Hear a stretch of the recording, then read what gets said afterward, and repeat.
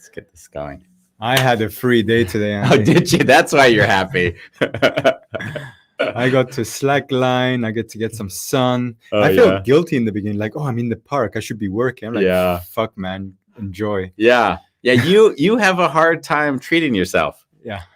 And treating yourself for you is so minimal compared to other people. Like treating yourself is like taking an afternoon off. I eat chocolate regularly though. I made my own chocolate. That's a treat. Yeah, but I was speaking to your ex-girlfriend today. Oh God. And she gave me some weird definition of I think it might even be a Latin word. She says, I think Bambos might be suffering from, and it was like this word that meant someone who suffers from over-discipline. I can see why she would say that. I know you could. So I didn't even know the word. Like she showed it to me. It was like one of the words I would have studied on my SAT, but no way would I use that in a sentence.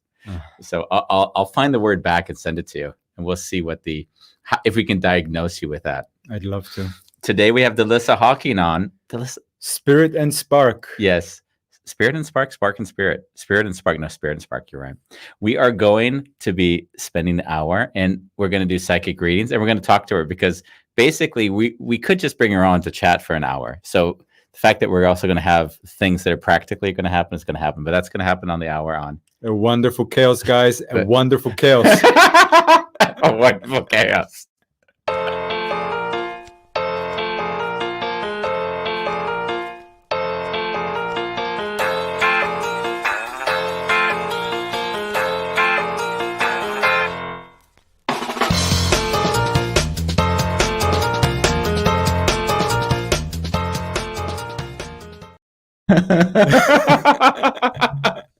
Behind the scenes, guys. Behind the scenes. Oh, can we talk about that or not? Oh, sure. I love it. So I'm meeting with Bambos' ex because we do this cooperation. She helps me out. I help her out. And she comes by and I said, listen, you might not want to come by because Bambos is around and then she knows that he's at this park that he goes to slackline. So right before we come on, she writes him a message that says, basically, if you see me, don't greet me. I have no interest in having any contact with you. Yeah, it was like I'm avoiding. Yeah. For you guys. Well, it was interesting because I'm not avoiding. No, you're not. Yeah. Nor have I seen her avoiding. So for some reason, she just didn't feel like in the zone today. Yeah. We once, I did the conscious uncoupling ceremony for you and your ex. Andy hosted that. Yes, where we basically walked down the aisle. They gave their last rites to one another. They cut the piece of paper, handed it off, and sort of celebrated the separation. I thought that was really nice. Thanks for doing that. Yeah, I really loved it. I think that in a way, I've often found the older I'm getting, the more I feel like there's ceremonial things that are beautiful moments that show sort of a progress or stage that's been moved past that we don't celebrate. Like we have birthdays, but we tend to celebrate the beginnings and not the transition or the ending. Yeah. And I think that's such a shame because there's so many, when I did the last letter tour, there was never a ceremonial end. There was never like oh, wow, this was a moment and now that moment's passed and that has a sort of an act or celebration. And I see that that's such an important in relationships or, we have it in graduation ceremonies, for instance, when one goes to school. But I think there's, rites of passage, things that we don't do, which I find to be really quite beautiful in a lot of rituals and cultures. Yeah. Before we jump on to talk about Dallisa for a bit, I want to make this official. Me and Ronnie, we want to have you on the show. Have you spoken about her? Yeah. She got excited. We want to have you and talk about And It's Fucking Great. Nice. And really dive deep into that. Okay. Sounds great. Let's plan it in. I like that. And it's fucking great. And it's fucking great.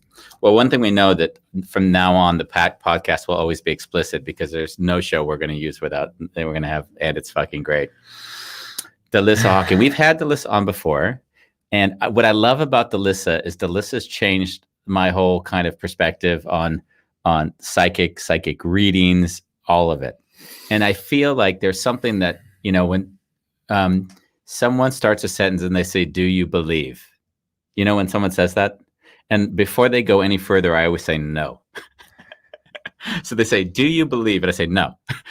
And then they say, but you didn't hear what I was going to say. And I said, yeah, but if you're asking me, do I believe, that I want to tell you that I just see and experience, but I don't believe even what I see and experience. I just see it as a thing that I just assume is that working, functional, whatever it is for that moment. In that time and space. Yeah. And so, and people, often like impose on you, well, but you must believe in something, and I will sort of take it in and say, well, I can't deny that it appears that I'm having an experience with you at this moment. Whenever you say that, you must believe in something. It's that human innate need to have something to hold on to make sense of this world, right? Well, I would say unconsciously, there's always going to be beliefs that are pulling and pushing me and driving me in directions, right? Yeah. But there's another conscious person who kind of laughs at that person believing. And what I got stuck in many years of my life was that everything that couldn't be proven was just not worth discussing. And no, that's not true. I didn't have interest in it. It didn't mean that I didn't discuss it. But when I worked with my mentor, Case, as you know, I've told you about him, he was like horrifically like it was, if it's not proven, it's not discussed. If it's not proven, it's not discussed. And what I saw in my life was that was just another belief, because he wasn't open to anything at that moment. He wasn't like celebrating things that he just might not. He was never pushing the edge of where he might not have understood or seen. I love that. And when he died, one of the gifts I think I took back to myself was just sort of allowing myself not to feel like I'm getting lost. I'm just accepting an experience and letting that experience inform me without trying to make a story out of it. And having Dallisa with was just a beautiful experience, because, Dallisa has her experience, and allowing her to share that experience with us is a wonderful gift. On a wonderful chaos. On a wonderful chaos. Like a lot of my ex-girlfriends were into spirituality, into like the deep divine feminine, into card reading, or moon calendars, and so forth. And I have to say, I've never been interested in these practices, but I never imposed my thing onto these women. So it was like, I love that this is your thing, and it's your thing. Yeah. But there's another element to it, which is like, when do I allow any openness to sort of allowing it just to be experienced without even, not forcing it away or to. And that's a hard space, because in that space is the edge where we might learn something new, and we don't sacrifice anything that we already are. And it takes a lot of comfort to allow that level of, I would say, discovery. So since we had Dallisa the last time, it kind of shifted for me. Is that right? You're looking at moon calendars now? I'm not looking at them, but when people talk about it, I don't cringe. Yeah, because but there's something beautiful about Dallisa. I like, as a person, just tuning into her, the way she carries herself, her energy, I respect her. Yeah. And I trust her. Yeah. Like, I don't feel there's an undercurrent of wanting something from me. Yeah. So it feels really that brings clean. Trust, of course. Yeah. Yeah. And I tell you, when I did my tour, she reacted incredibly warm and loving and giving. She was one of the few people that I really experienced that came out of nowhere, was fully supportive without knowing me. And it was really just a great gift. Yeah. So we're going to bring her on now, Andy. Yes, we are. And I've got one question for her. Tell me about tell me about that red. Yeah. So it's 8 a.m. in Las Vegas. And as I was brushing my teeth, it was like, what do I have that's clean in my closet? Perfect. Oh, yep, there it is. And that was really, how this came to be. I think there's power in color. And you can wear different colors depending on what you need to manifest or bring about energy-wise.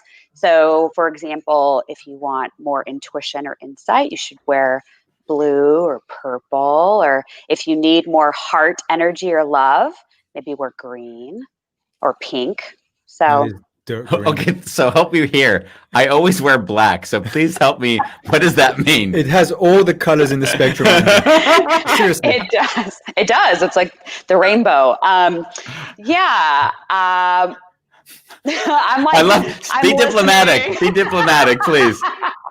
My question would be: is it for simplicity, or is it so that you don't stand out in a crowd? It's for simplicity because it matches everything else, and I can stain it, and it really is hard to see how bad it. Like Ronnie, before we came on, she hates that I wear this shirt. She hates it. So she says, "Andy, when are you going to stop wearing pajamas on that damn show?" That's what she said to me as I came upstairs. And I said, "Baby, it's not a pajama. It's a shirt you can also wear in bed." I love it. I like it. Comfort is key, especially with all the turbulence we've been through this year. I have the same thing though. Like in terms of waking up and not having to think about what the hell I'm going to wear. I open my closet. I've got like black, green, blue, and some whites, and that's it. And most of the time, my hand just reaches for like the green or the black. That's it. Don't have to think. It's easy. It's so nice being a man. Yeah. No, absolutely. I was going to say, you have to worry about it because women can't wear the same thing twice. Otherwise, they get criticized on the internet. I don't even remember what I wore yesterday. So I tend to wear the same things over and over. The only thing that gets a little bit tricky is I host my weekly energy forecast videos for YouTube. And so people notice if I wear the same thing over and over again. So that's where I have to be a little bit more mindful. They might start sending you money. Yeah. Someone's sending Bambos a hat right now and shirt because they don't like the hats he's wearing on the show. So we got a fan base. They're dressing him. You went to the next level. Yeah. I've got a question for you. When you do an energy report and you're tuning into the week, so how is it? Because if I look at like the fires in California and the election, and so it's almost like I don't even necessarily need to do a forecast or to say the outlook is bleak.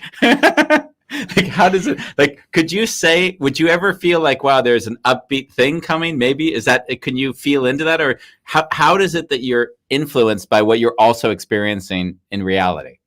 Yeah, what I love about what I receive as channeled information for the weekly energy forecasts is that it's usually about some kind of emotion or where people are generally being stuck for the week versus things that may be happening externally, like an election or natural disasters.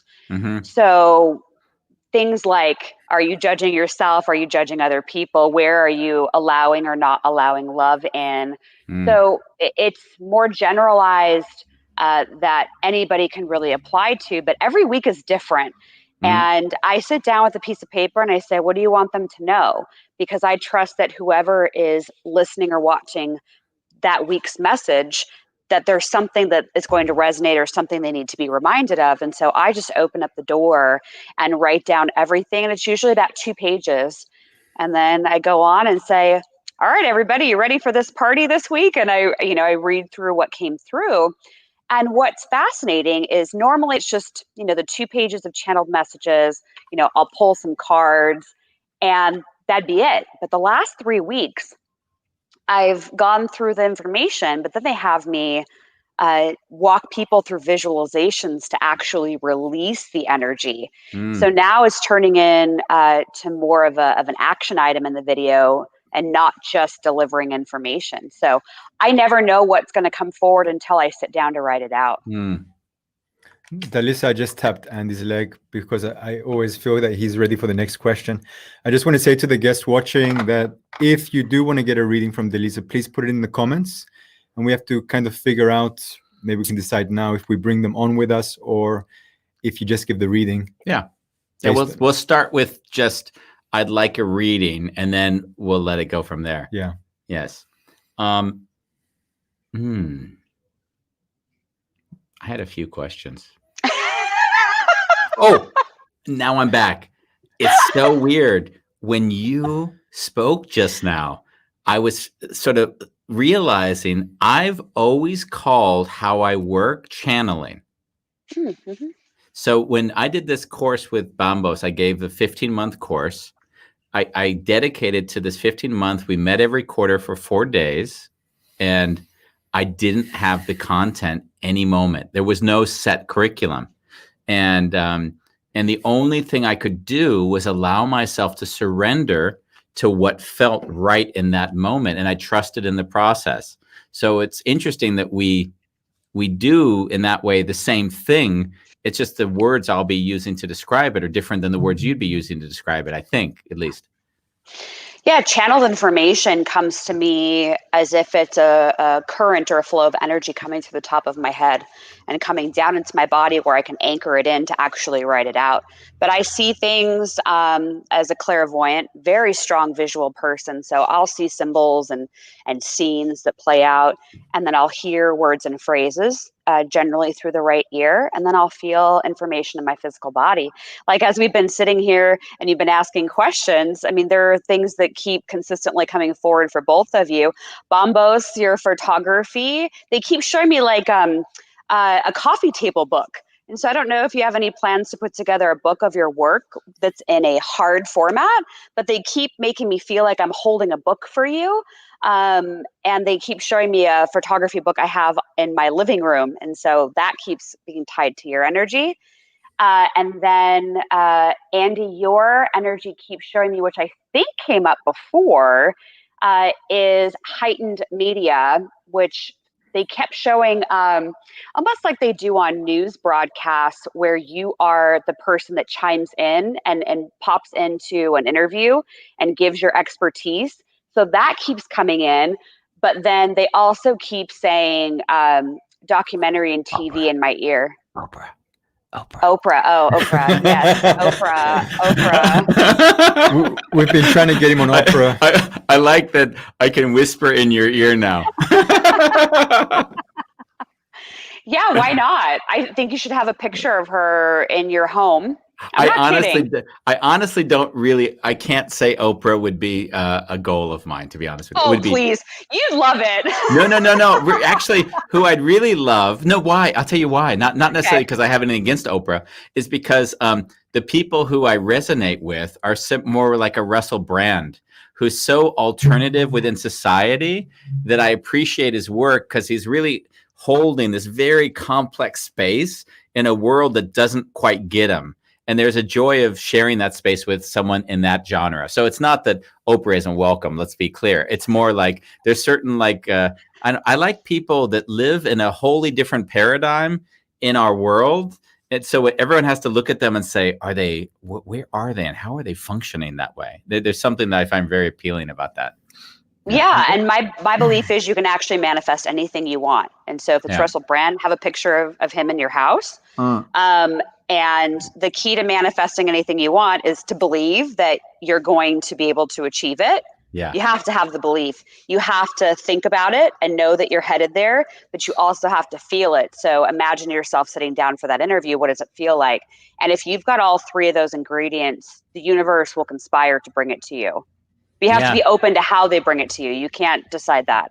Yeah, that's an important element that I believe it maybe takes them longer to understand that last piece you just mentioned, that you don't get to decide how the universe brings it to you. Everyone has the idea that this is the way it's supposed to happen, and then it maybe does happen, but it doesn't happen in the way they expected, so they don't get the joy out of it because, no, it didn't fulfill my expectation.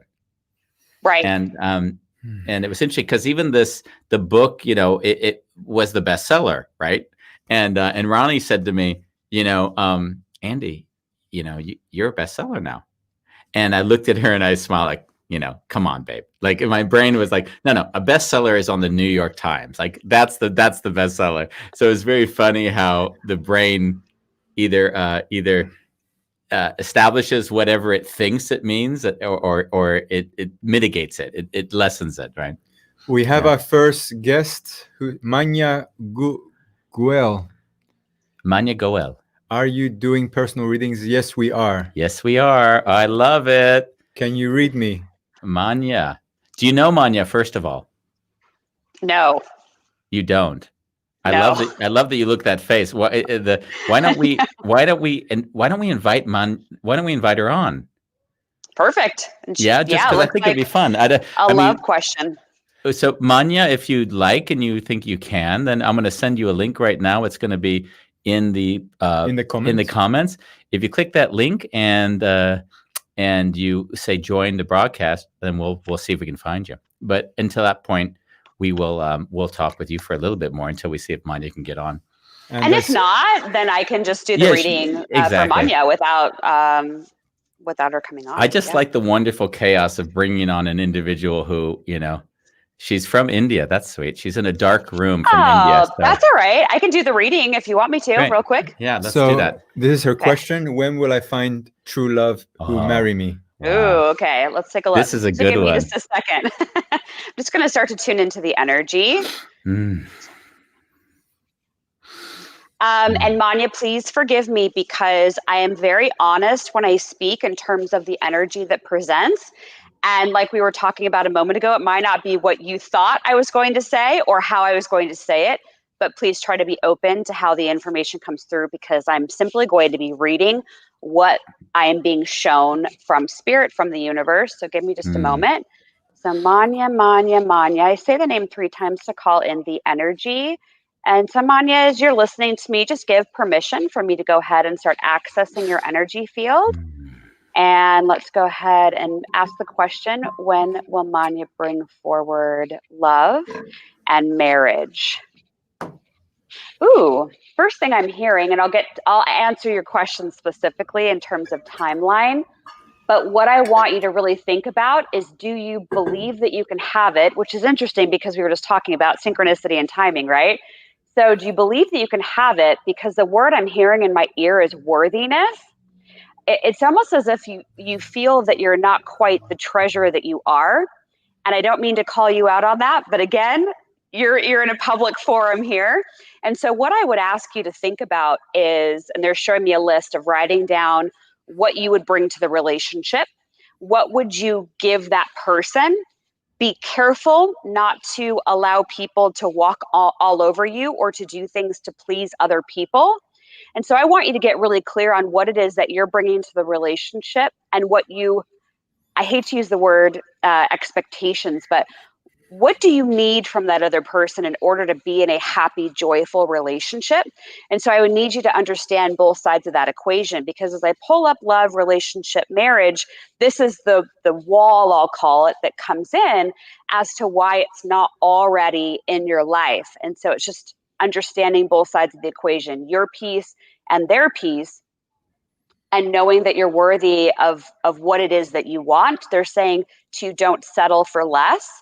So let me tune into timeline for you real quickly. So I'm going to take all of that information into account and ask them to give me a timeline based on you doing this work and this energy work. They're saying make room for this person in your life. And what they're showing me is almost like clearing out a drawer for them to put their clothes, or make room in a closet where they can hang clothing. If you're sitting down to eat a meal, imagine that they're sitting next to you, enjoying that meal with you. So start to actually feel them in your physical life. Okay, and taking that into account and showing me that she does this and activates all of this. Can you show me timeline? Okay, perfect. So show me specifically when in that year. Okay, so they're taking me to summer of 2022, which sounds like it might be a little bit farther out, but it's actually not if you think about it. We're almost completely done with 2020. So it's about 18 to 24 months where you asked about marriage. And so I would recommend for the rest of this calendar year, so October, November, December, these last 3 months, really work on feeling them in your life and boosting your self-confidence and self-esteem around what it is that you deserve in that relationship. And they're saying, and love will be yours. Yeah. How is that, Manya? We're not talking to you, but we see your text. So please share with us anything you'd like to ask or things that came up. She does find us adorable, so that's always a good start. Yeah, I look around. Oh, I was going to say, I look around a lot and close my eyes because I'm just watching different things that I'm being shown. So, yeah, so that's how it works. She says amazing. In India, it's the evening there. Wow. Quick note in case she wants more. There is a free manifestation guide. If you go to spiritandspark.com, you can click on that and I'll send you my tip sheet of how to manifest things, since that's kind of in line with what we were talking about. She wants more details. Manya wants to know. Her spirit team is laughing because she wants to know who she's going to marry and like what that person will be like. So they don't want to give her a lot of detail in terms of what this person's going to be like, because they're laughing because it feels like as soon as she gets laser focused, and I know she didn't ask that directly, but they're not going to tell her what this person looks like or is like. They said she's got to find that within herself as to what she's actually trying to manifest. She already knows what it is. They're saying she just has to dust off her eyes. And so what that means is really be honest about what you want and what you need, and don't sugarcoat it. Don't make up things that aren't really what you want or need, and don't do it based off of what you think other people want you to have or what other people have around you. You really need to tune in to what it is that you want. So no, they're not going to come in 2020. They're actually showing me beginning of 2021. So you've got, I would say, about 6 months. So these next 3 months, I would really focus on what it is you're manifesting, because the energy will be there in early 2021. By the way, you said dusted off your eyes, and do realize that might be literal, because she is in India and that's a pretty dusty place. I don't think I've ever said dust off your eyes before, but that's what they said. I love it. When you're going into the experience that you just went to, like I was, I often, when I'm with, because, I have a high empathy. So when I see you, I feel in myself where I channel the things that I feel that I'm experiencing you. And it's kind of weird for me, because it happened once before with another, it happens often, but with someone that I was like, wow, it could feel mystical, but on one level, there's a feeling inside of me where I can see and understand and feel that as well.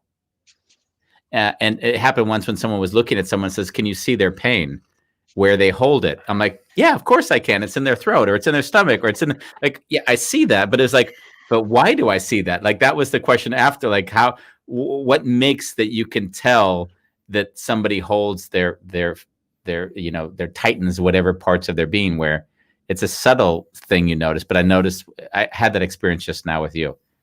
Yeah, it's a psychic ability. Being empathic is part of that gift. Clairsentience is that ability to physically feel something within a body. And that happens for me as well. I could look at somebody and completely tune in to where they're holding anxiety, pain, fear. I've done medical intuitive work where somebody will be sitting across from me and they'll say, please look at my body. And of course, I'm like, I'm not a doctor. I can't diagnose. I can't prescribe anything. But I'll show you or tell you where you're holding it. Yeah. And spirit will sometimes go directly into like inside of an ear or in one specific part of the stomach. And the client will say, oh yeah, that's giving me problems.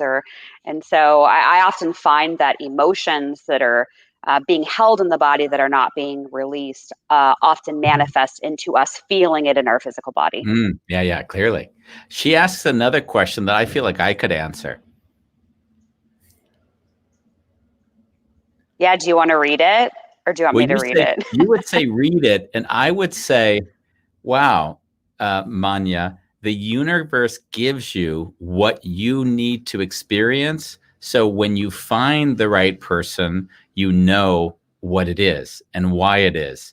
And there's a clarity that you would never have if you hadn't had the other experiences. So to say that the universe was bad to you would imply that the universe wasn't giving you what you needed so you could be where you are right now. So in a way, staying true to say, wow, it wasn't easy, but there was a reason that it wasn't easy. And that's exactly why I'm here right now, prepared for the future that will be fantastic because of it. Exactly. I believe that everything that comes into our life is for a purpose. And it's interesting because I know that she's commenting more about men leaving her devastated. What I would encourage her to do, and why I find it so fascinating now with the reading that came forward about making the lists of what she brings, what she wants, what she deserves. Yeah. She's verifying and confirming everything that came forward. What I would ask of her or anybody else listening that maybe identifies with this, are you going to allow your past to define you in terms of being a victim, or are you going to be a victor? You know, you can look at your past and the way that it can shape you to have victory and to really, as you said, Andy, so beautifully, to be able to identify what it is you actually want, where you're going. Or you can stay in that old vibration of pain and the past and how dare the universe do this to me, when actually you could see it as a gift in the way that it was setting you up for your future and what is in your highest and best interest. I feel we come here in this life to learn, to grow, to evolve, to love, to expand, and then we go back to where we came from. And this earth is one of the hardest goals you could have signed up for. So you're here, you're in school, and are you passing the tests? Are you moving on? Are you accelerating? Or are you stuck on the perceived failed tests that you had in the past? So this is all about moving forward. Yeah. I really loved what you just did, though. Yeah. What do you think? What did I just do? I don't know. Pretty much saying how we deal with everything that life gives us, and the encouragement of seeing the gift in every moment, even when it's hard. Yeah. Just to bring up the hashtag, and it's fucking great. Yeah. But think about Manya. Like, let's for a moment, she continues to make comments. You know, she's also, I've often seen that the older one gets, the easier it is for one to make peace with things because they've been through enough shit. So on one level, there is a degree of arrogance that I'm also very aware of, that's easy to speak from comfort when you've already been through all of the struggles that the other person hasn't been through. So I'm always weighing that a little bit. Like, insight can be perceived as insight when it's actually just age. I get it. Agree. Well, I mean, there are dumb old people. Okay, we can agree on that as well. But Well, I would even suggest that there's people who are your age or even younger who are living life stuck in their past. Of course. So I love that you say old age, like wisdom, elders' wisdom, but I also don't want to, like, your network consists of a lot of people that are fully aligned with your energy. Yeah. So and we're attracting that energy. Yeah.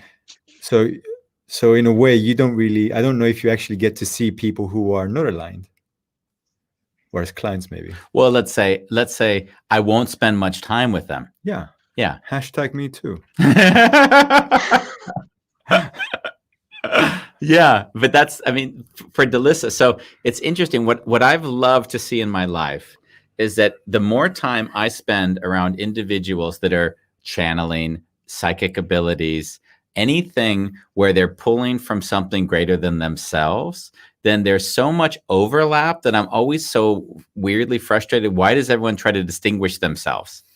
Like, it's like all the religions of the world. Everyone's polarizing themselves because they're looking at the things that are different, where they're not seeing that 80% of that is the same.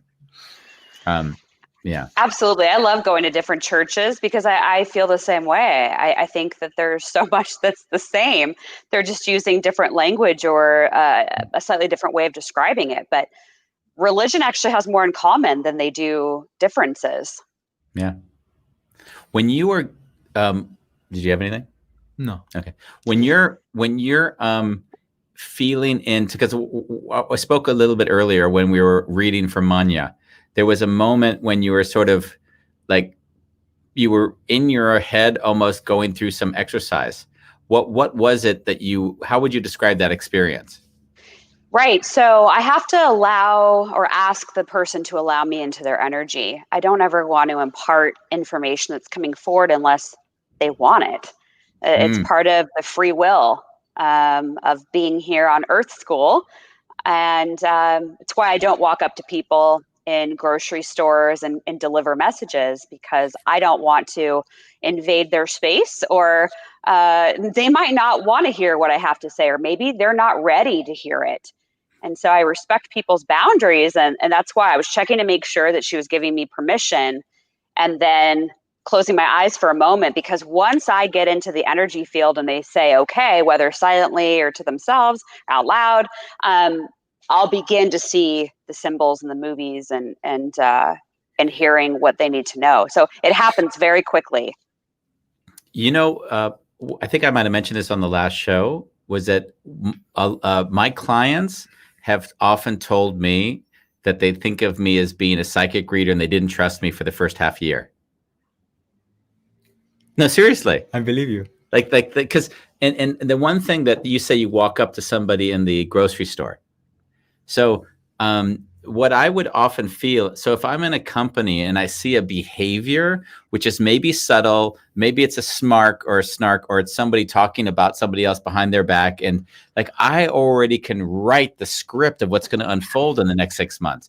And people don't feel confident enough to sort of feel into, wow, every time I've been in that situation, that's been the consequence. And so it's allowing my system to embrace the evolution of the experience in my own. It's almost, so I've never felt it to be psychic. And so when they'll say, Andy, it happened exactly as you said it would, I'm like, yeah, because you're an idiot. Because if you wanted to see it, you would have seen it, but you don't want to see it because you don't want to get rid of the person, or you don't want to accept the consequences that this one cancerous individual who's bad-mouthing everybody around is creating problems, but they're really good in sales. So we need to keep them because we don't want to. And it's interesting because I've seen that experience happen a lot. So when you talked about the supermarket, I laugh because there might be a husband and wife, and I'll often say to Ronnie, oh, they're going to get divorced soon. Oh, yeah. Try going to a wedding as a psychic and you're like, all right, here we are. I find that a lot of my clients are in denial. I think if people would actually want to see things for what they are, or how they're presenting, and they weren't afraid to see it, then it would completely change their lives. But the problem that I see often is people don't want to take the mask off. They don't want to see, because once they see, then they have to do something about it. And they don't want the confrontation. They don't want to be uncomfortable. But discernment is a word that keeps coming up in my weekly channeled energy forecasts. It's like, tell people to take the masks off. Ask them to see what's in front of them. They oftentimes don't need a psychic to tell them what's happening. They just don't want to look at it just yet. Yeah. I'll often say when I'm working with someone and I don't know if their pain is great enough to make a change they really need to make. So I'll try to make their lives as miserable as I can until they decide that they're going to do something about it. Because I'm like, apparently it's not bad enough. Because if it was bad enough, you would have changed it by now. Yeah. Right. It has to be a priority. Yes, I know. I've experienced this once or twice. Yes, I have. Yeah, it has to be a priority. It has to be important enough to make the change. And people don't like to be uncomfortable. I'd like to make a note of something very fun that's going on at the moment, which is hidden from sight. But Bo Lelang is one of our viewers, and he watches every day. He's always participating in comments, and he started with a comment as well. But he's also exceptionally skeptical about anything religious, and rightfully so. He's in South Africa, and basically because there's the Catholic thing going on, and there's a lot of people that persecute him for not buying into the religion and so on. So, and I was funnily thinking to himself, I would love it if he said I'd take a reading. But like you said, if someone isn't open to the reading, there's no way it makes any sense for them to say, to ask for it. Bulelang, let's have some fun. No, we're not. No, because you know why? Because it's true, is that it's really like if someone isn't open to receiving, then in the end, it's trying to convince them of something, and they're going to look for every reason why the other is wrong. It's a state of mind.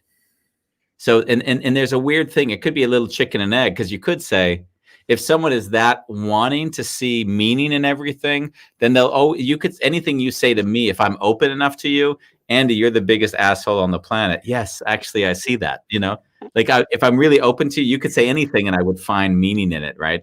And thankfully, in your work, you're serving the other, of course. Right. In that sense. Yeah, I mean, 99.5% of the people that come to myself or to Spirit and Spark, they want to have insight. They want to have clarity. But like I said, most of the time, we're not giving them earth-shattering information. Like they already know when they come in or have a session on Zoom or the phone. There's usually not a whole lot of surprises. They just want validation. They want confirmation. So I try to channel first and bring forward what is presenting before they ask questions, so that they at least have that before they may feel that I am influenced in any way based on their questions. Yeah. So I really try to provide information and insight before I know anything about the person. And that has worked well. I think it helps to build more trust. Yeah, I find, especially if I'm going in for a new job and someone tries to explain the employees to me, I always say, don't do it. I don't want to know anything about them. Like don't corrupt the experience. Trust that my experience with them will give me more than enough information. Like, don't tell me what you think I should know about them. And people have a hardest time like getting that.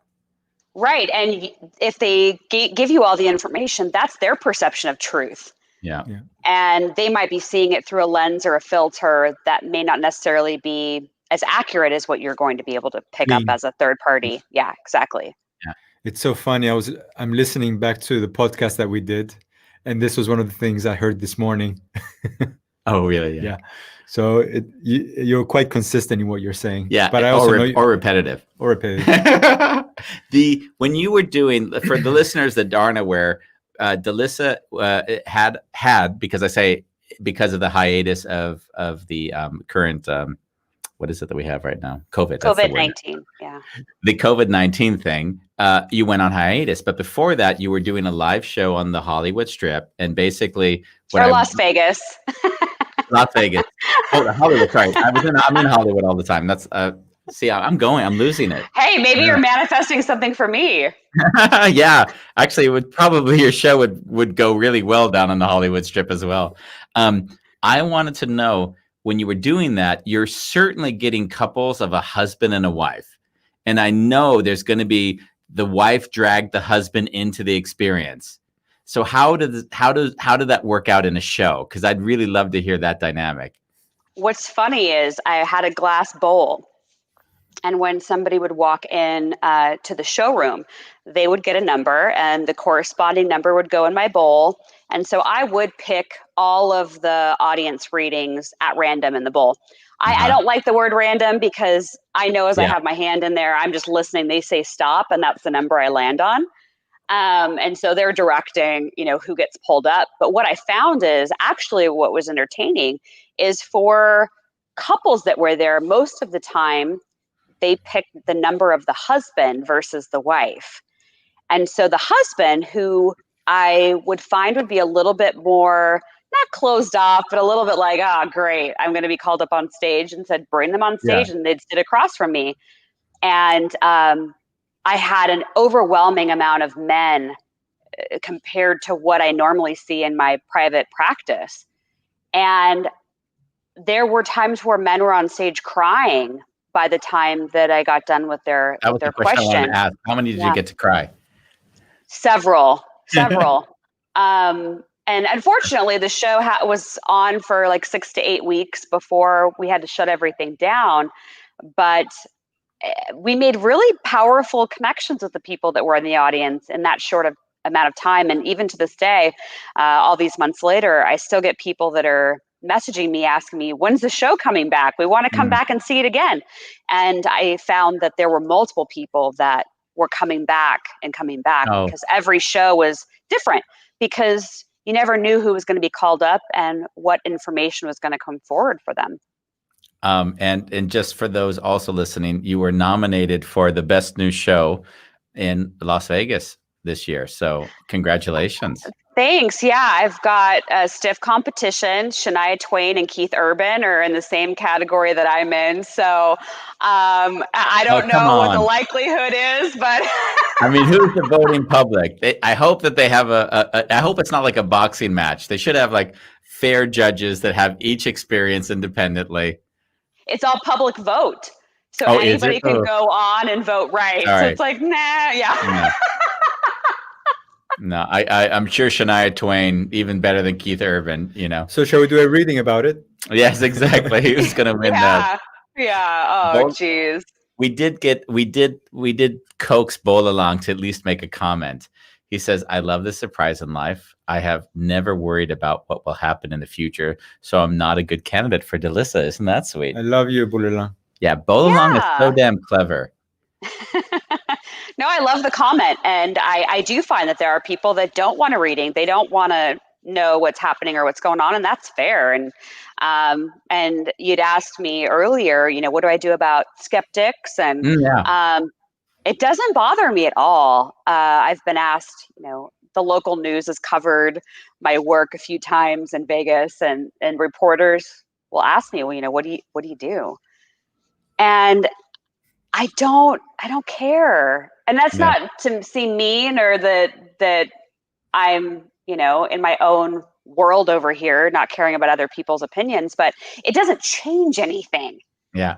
And so whether Bolong or anybody else that's watching, if they're like, I don't really, this lady's a quack. All right, that's fine. I mean, it's not going to change anything. I'm going to still, I have a session in a little bit. I'm still going to call that client and do the reading. And the universe, as Bombo said earlier, with energy, like it acts as a magnet.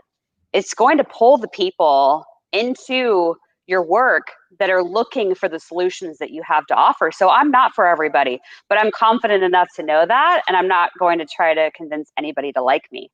Did you hear that, Manya? She's speaking to you. It's like you walk into a room, you have no control who's going to find you attractive and who's not, who's going to judge you and who's not. Yeah. We have 14 minutes. Wow. And you said tears. And then I thought, let's get the ratings up. Give me a reading. But I don't specifically have a question. I can pull some cards for you. I know your photography book was coming forward. I do follow some of your posts and it's fucking great. So this deck is really interesting because it's called The Power of Surrender. And it is what the universe suggests that you let go of or what you maybe should consider releasing. So I want to pull a card from here. And then I also want to pull a spirit animal card. And because you're very self-aware, Bombos. You're very self-aware. I feel like you're that prime example of somebody who doesn't need a reading from me because you already know. But I would suggest that you trust that inner voice more. You beat yourself up harder than anyone else will beat you up. It's like you beat them to the punch. Yeah. Makes sense. It's like they're using the word safety. So for you, it feels like, they're showing me like 4 walls around you. And so by calling out your own faults, you're doing it so that you don't allow anybody else to do it first. Does that make sense? Are you talking about my post on Facebook? Well, I've seen those, but just in general, do you feel like you try to beat people to the punch so that you don't feel attacked or judged? Actually, I know I've been posting it out of context. But forget about posting. Give me a second. I'm doing the money workshop and things are coming up. And when I don't feel them, then I'm like, let me just type them out and see what happens. So it's do you beat people to the punch though, so you don't feel judged by other people? Because that's what's coming forward is these 4 walls around safety and judgment. I need to sit with it. I don't have a full yes. Fair.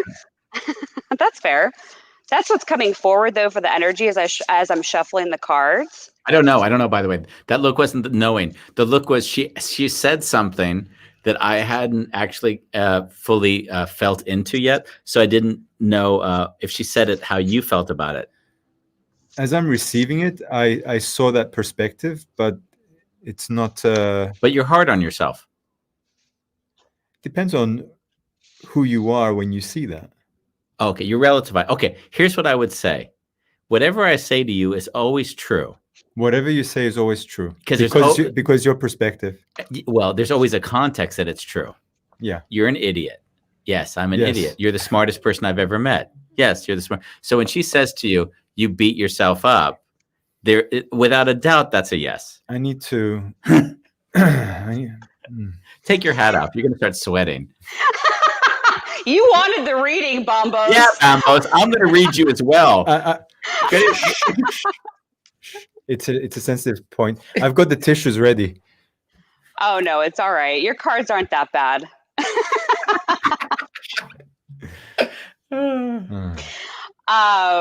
So your spirit animal, which I always say you can call in the energy of this animal when you need its help or assistance.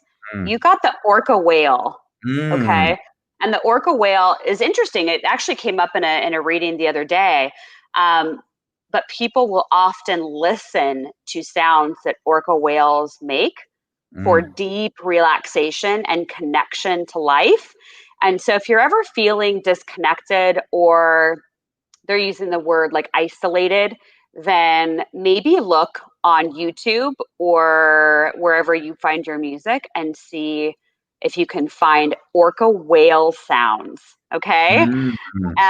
But I'm doing this tonight. Yeah. Oh, tell me how it goes then. Send me a message. But yeah, that's what I'm thinking. It's about adventure. So it says, dare to do things differently, sing your wild song, manifest your traveling dreams. Attempt the great journey with confidence. Be loyal. Friends and family are your treasures. Be brave. You are more powerful than you know. And you'll notice that there's 2 orca whales on the card. So, which is interesting because one of the other cards that came forward, that's significant as well. And so don't isolate when you're feeling that things aren't going according to plan. This is your nudge to actually attempt to be more connected instead of isolating. Okay. You got surrender procrastination. So, yeah, anytime I see this card, it doesn't necessarily have to be a generalized theme for your life, but is there something that hasn't been addressed that needs to be addressed is the card this represents the energy for. And it says, now's the time to jump on a goal instead of putting it off. Taking action will attract success. And that's something else I teach with manifestation. Action creates momentum, which then, as you know, attracts more energy towards momentum and achieving goals. And so sometimes you just have to force yourself to take the first step. And then why I thought the orca whale with the 2 whales on it was interesting is you got the relationship card. So this not only is a card about relationship with other people, but also the relationship you have with yourself. And if you find that there is any duality within yourself, just check in and ensure that the stories you're telling yourself are healthy and that you feel at peace and at balance within yourself. And if there's anything that you do need to heal, you're encouraged to do so. But yeah, this is, it says the relationships will bloom and prosper, the bottom of the card. So do you have a love or relationship question you'd like to ask? I have a question about the surrender procrastination, actually. Okay. What came up for me was maybe I should procrastinate more. I took a day off today. And you're glowing. Yeah. Yeah. Do you feel like you go between extremes? Because they just keep showing me like your energy is like these 2 balls up in the air. And so for me, if I'm reading what they're showing me as symbolism, that would say that there is duality. And we all have duality, right? Yep. But I guess my question would be, as you review your life and the direction you're heading, do you feel like there's 2 separate pieces, or do you feel like you can, with ease and grace, kind of flow between the 2 depending on what you need in any given day or any moment? Or is it too like rigid? And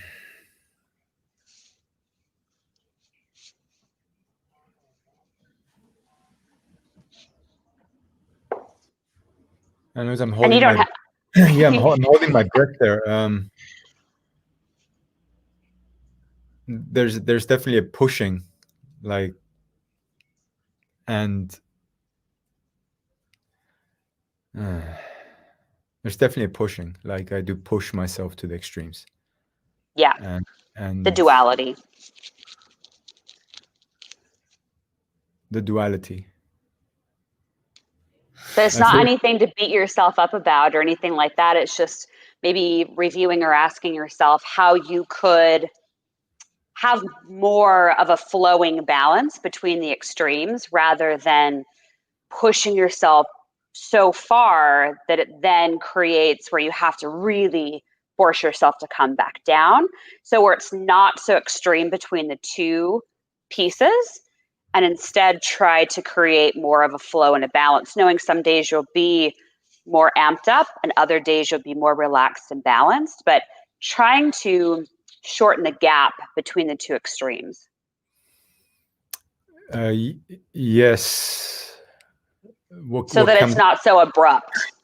What comes up for me right now is, I mean, most people know that I get up every day at 4:30 and I train every morning, and I'm now doing 2 days training and 1 day meditation. So, and it was just an intuitive thing that, okay, we're doing a lot of physical stuff. Now we need to also make sure that we are connecting. So I'm fitting in meditation to also tune into. I kind of moved away from meditation for a while. So I felt that was a big compromise, actually, because I really had a belief about my morning rituals, but somehow transitioning to a new space. I believe that was a good decision to help balance you out. If you feel that you are floating because you're incorporating more and more meditation in, if you feel that you're becoming perhaps a little bit out of body is the best way to describe it, my tip to you would be to find meditations that are for grounding, where you are connecting to the earth and perhaps even sitting outside and envisioning that you are connecting your body as deep as you can get it down into the earth. And that will help to keep you energetically clear. And it will also help you to bring up energy from the earth that will allow you to easily access higher frequencies, which would be things like abundance and joy and love, and grounding can help. Basically, you imagine you're pushing everything into the earth that you no longer want, that you're surrendering and letting go of, and the earth will take it and the earth will clean and clear it. And then you envision that the earth is then feeding you energetic nutrients that you bring up and through your body.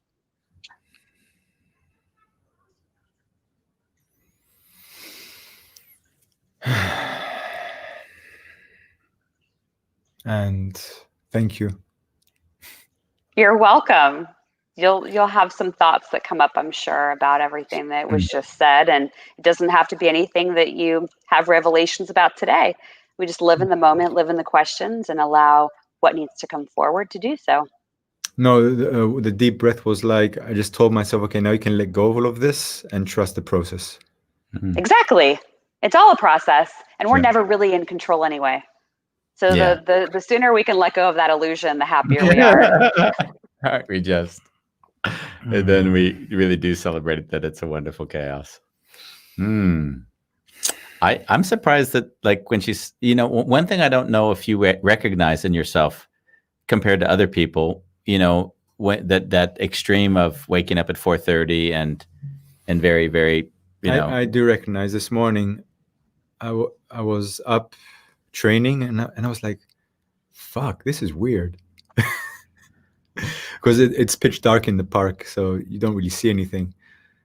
But the alone time and the darkness kind of, it's like I'm alone in the world. I have my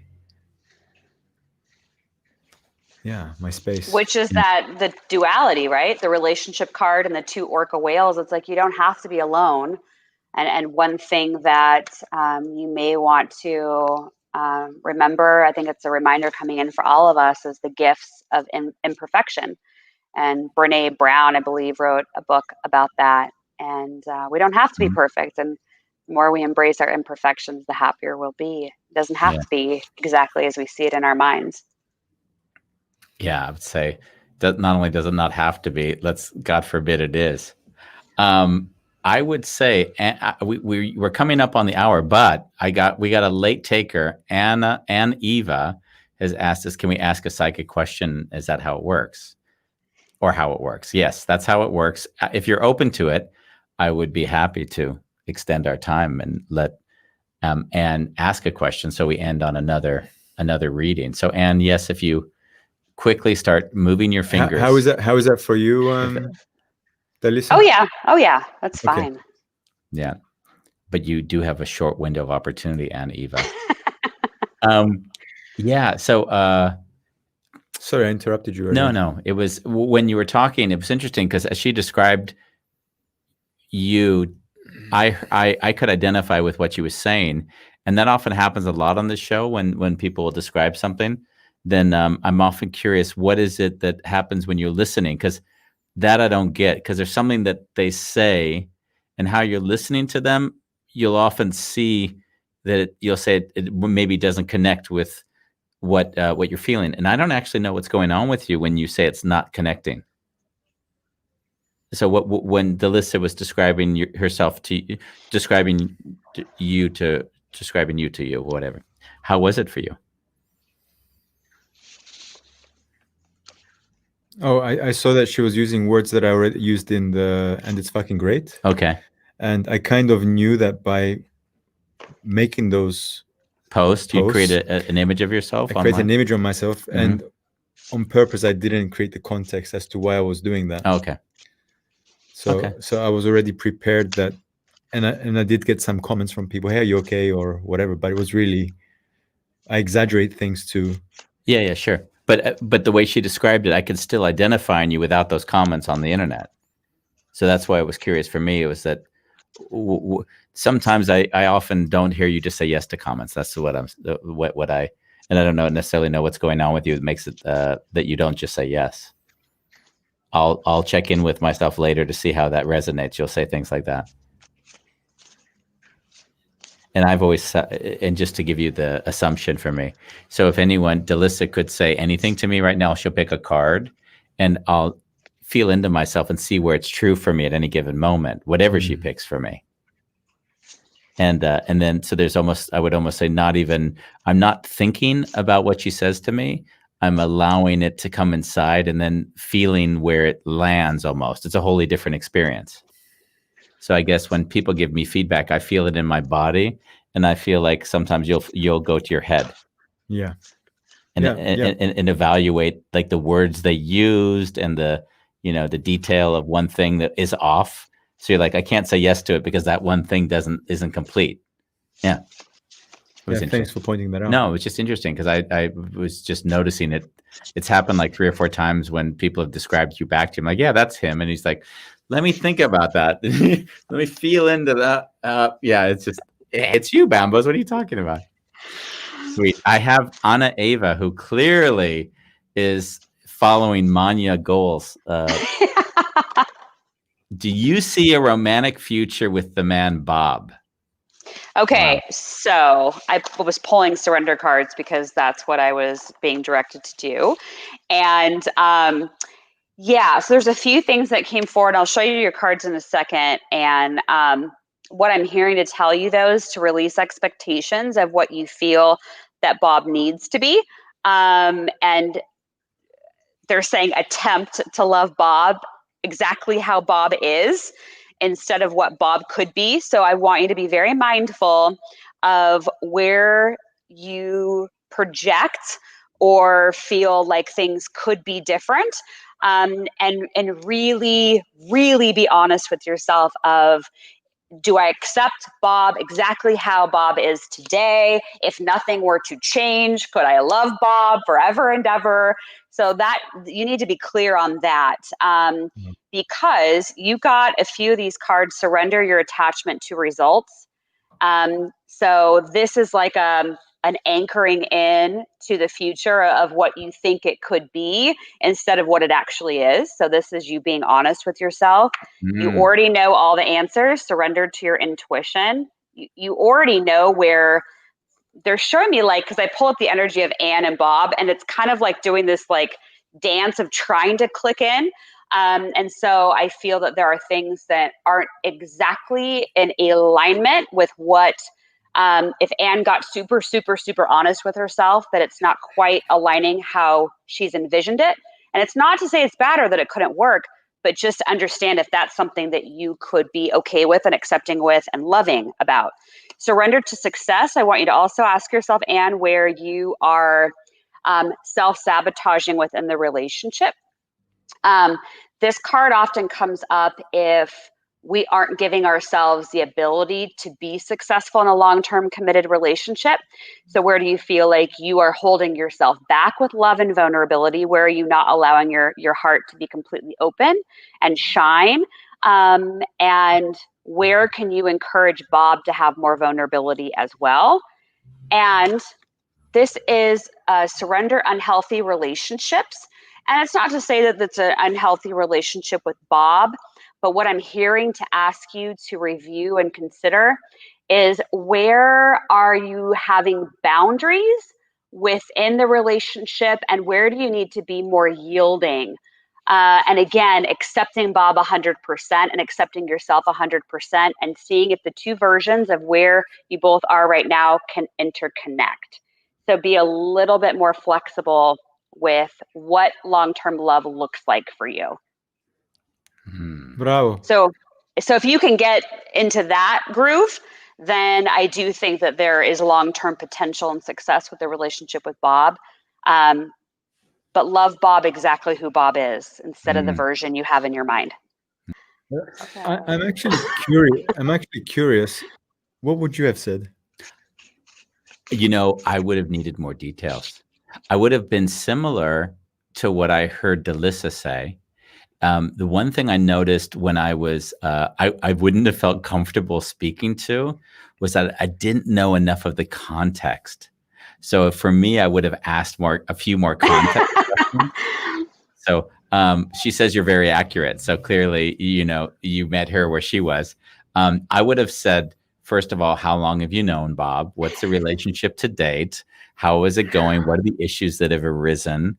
How have you seen it evolve? How have you both dealt with the issues as they have evolved, right? Where are you in your lives? So I would have gone through like the context building, and then I would have felt more comfortable to answer the way clearly Dallisa had answered. Wow. But what I noticed is that, so as Dallisa was speaking, and this is the judge of almost anything that I do in my life, do I feel more connected to myself as I hear someone speak, or do I feel less connected to myself as I hear someone speak? And as Dallisa is speaking, I hear myself more connected, because I see, like I say often, if I'm open to receiving, then I will see where everything is true for me, and how I can then I have, and this is where I think people might mistake psychic readings and how they impact people, because in some way where you see Dallisa isn't doing in our show, and who knows if it is, that she's giving the information so each person can divine what they want from it. And in some weird way, we all do that same thing, whether we know or acknowledge it or not. We're all giving people information, and or we're sharing stuff with them and allowing them to reflect on it and decide if it's healthy. By the way, let me give that caveat. If it's unhealthy, we're blind to what we need or want from them, and then we're like giving it to them, influencing them either knowingly or unknowingly. Yeah. So what I see is, to receive a message and then allow an individual to have agency over their life to decide what it means to them, is always going to be something that I think is valuable to someone. Yeah. Yeah. I don't know. What was the reason for your question? Oh, just playful curiosity. Oh, yeah. Like when someone would even have that question, yeah, I'm already knowing that they know the answer to that question. Yeah, of course. Of course. Yeah. I mean, it's some ways. Sorry, Dallisa. We both. It was so clear to me, and you as well. Yeah, of course. Yeah. It's some time. It's the best thing. And we talked about it before in the show. Is the coin flip. Flip a coin. Heads, you're with Bob. Tails, you're not with Bob. Like either way it lands, like you say, how do you feel right now? And if you say, God, I wish I was to go with Bob, then you already know the answer. But you're forced to make a decision to feel what feels best. Yeah. Wow, that's brilliant. Yeah. Thank you. Thank you for having me on the show again. I mean, I assume we're going to do it on a pretty regular basis because see you in 2 months. We'll have to have a new segment. Forecast. What I'd like to at least ask, or not ask, but at least share, is that for the moment, the show that you have isn't going on. It's Psychics and Spirits, but Binions was where it was. I hope at some point it'll come back online when shows are again available. But in the meantime, if people do want readings for you, they can. I assume they can also do that online if they wanted to. They can. So they would just go to spiritandspark.com. And I have a whole team of practitioners that are doing sessions, over Zoom for anybody international. And we're definitely growing our clientele across the country, in the U.S. as well as around the world, which is fun. So Spirit and Spark would be the place. And on Instagram and Facebook, it's at Spirit and Spark. Nice. And it's all spelled out. It's all spelled out, not an at sign, but spelled out. Yeah. So with an and. With an and, yeah. Actually, you can't put that sign in a URL, by the way. Oh, good to know. Just FYI. I've tried to get enough on GoDaddy that I've learned that in the meantime. Thank you. I look forward to having you back. Obviously, we'll see you again. Clearly, we send you a love from Amsterdam. Yeah, love you. We'll see you again soon. Yeah, we'll see you after the election, because then maybe the readings will all be full of light and air and spirit. not based off of what I've been shown for early 2021 for energy and astrology in January is scary. No. Tell me I'm going to have a good birthday though. Tell me. You will, because you'll make it a good birthday. Yeah, that'll be your choice. But January will be rough. Rome will be burning, but you'll be having the best day of your life, Bombos. Yeah, you'll be fine. But yeah, end of year predictions and stuff for 2021 could be fun. So let's do it. Love you. Ciao. Love you too. Talk soon. Bye. Bye. You. Wow, it's always fun to have Dallisa on. Yeah, it's almost like we have our regulars now. Yeah. It's almost like we have them on for us more than the guests that might be watching. Like we get to just enjoy our time. We're just using it as an excuse. Yeah. Like, we would want to talk anyways, but why not just record it? Yeah. So we actually have, what day is it today? Today's Tuesday? Today is Tuesday. So we have, my parents were in a concentration camp with Nadja. Yeah, Nadja. Do you know how to pronounce her last name? I forgot. Well, Nadia is the one you're doing the money work course with today, or whatever this period. So she's on, and I thought it would be really nice. We're going to talk about intergenerational trauma. I didn't realize this week was turning into a World War II week, because yesterday we had on Peter von Zuiderveld, whose mother was working for the Dutch resistance, and tomorrow we'll have on another person who's in a concentration camp. Her grandfather was in a concentration. Her grandmother was in a work camp, which is interesting because that was yesterday's guest had the opposite scenario, right? And this guest, stopping sexual abuse with Regina.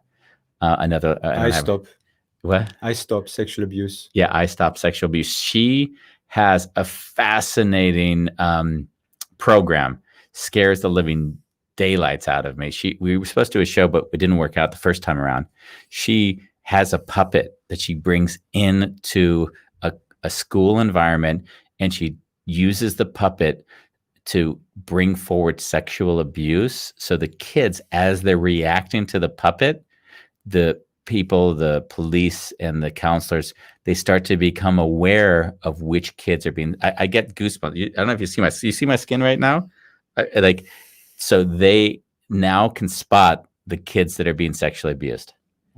And they deal with it, and people are put in prison. They're separated from their families, and she's really doing incredible work and really edgy. When she told me what she was doing, it blew my mind. So she's coming on. She's another one that wasn't particularly excited to be on, which is always nice because she loves the work. She doesn't want to talk about it. Yeah, you guys, if you don't know it, most of our guests do not want to be on the show. No, it's really and they kind of use their inability to say no. Yes. And we have a homeless teen. We have David Boone, who You've spoken about this guy forever. Yeah, I love David. He was actually on this CNN documentary that won a lot of awards, Ivory Tower. and they highlighted his life. He was a homeless person in Detroit, or not Detroit, in Cleveland, and he basically ended up going to Harvard, of all places, which was really incredible to shift that. And from there, he actually went to graduated, went to work at Apple, and now he's just become a high-tech entrepreneur. Talk about manifestation. Yeah. Right? So we're going to really dig into his life. And yeah, so that's the rest of this week. And we're going to do that on A Wonderful Chaos, A Wonderful Chaos. A Wonderful Chaos.